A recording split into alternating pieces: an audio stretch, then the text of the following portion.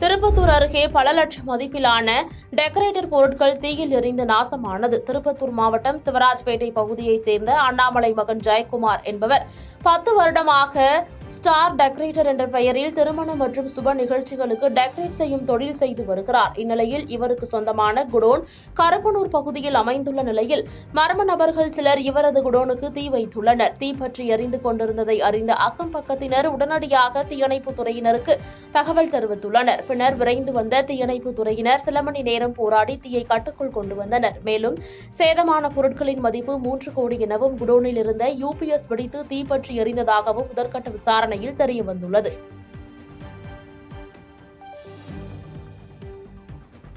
பாதகம் செய்பவரை கண்டால் நாம் பயங்கொள்ளலாகாது பாப்பா. மோதி மிதித்து விடு பாப்பா, அவர் முகத்தில் உமிழ்ந்து விடு பாப்பா.